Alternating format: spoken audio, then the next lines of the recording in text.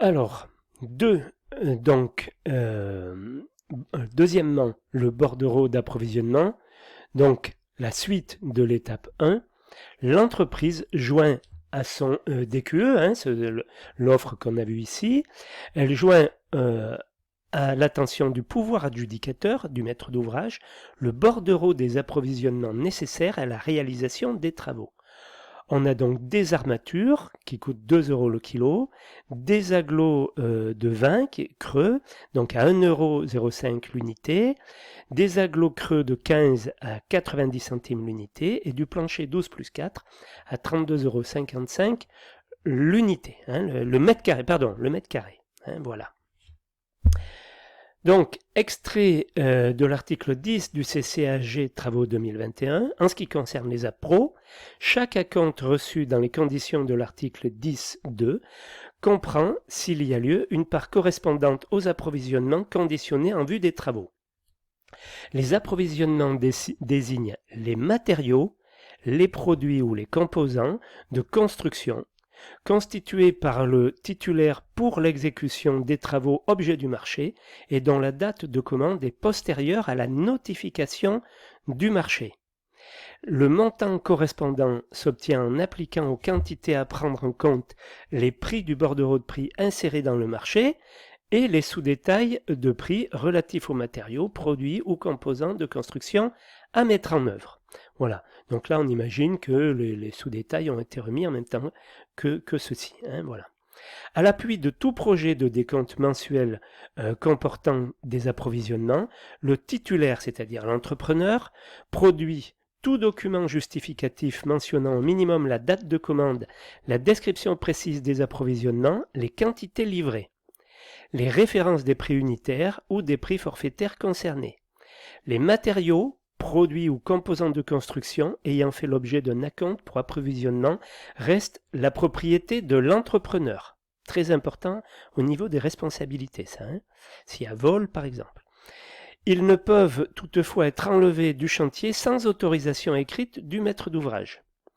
Le titulaire est responsable de leur bonne garde, quel que soit le lieu de stockage, et prend les mesures adéquates pour s'assurer qu'ils ne seront pas endommagés ni affectés à un autre usage.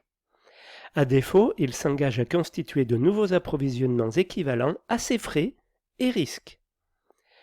Alors, troisièmement, le planning d'avancement des travaux réalisés exprimé en pourcentage.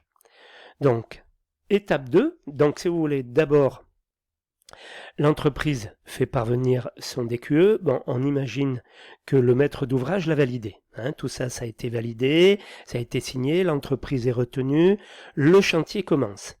Donc, il y a eu tout le démarrage du chantier. On arrive à la fin du premier mois de travaux. Hein, voilà, et on arrive à l'étape 2. Et l'étape 2, ce sont les constatations, dont il est question à l'article 11 du CCAG Travaux 2021. Donc, l'entreprise constate avec le maître d'œuvre, c'est-à-dire vous, l'avancement des travaux.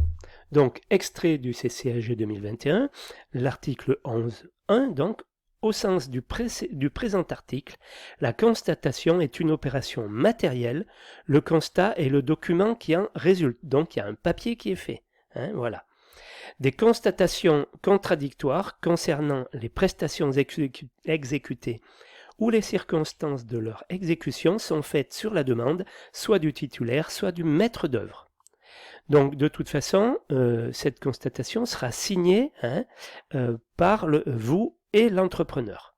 Les constatations concernant les prestations exécutées quand il s'agit de travaux réglés sur prix unitaire portent sur les éléments nécessaires au calcul des quantités à prendre en compte, tels que résultats de mesurage, jaugeage, pesage, comptage et sur les éléments caractéristiques nécessaires à la détermination du prix unitaire à appliquer.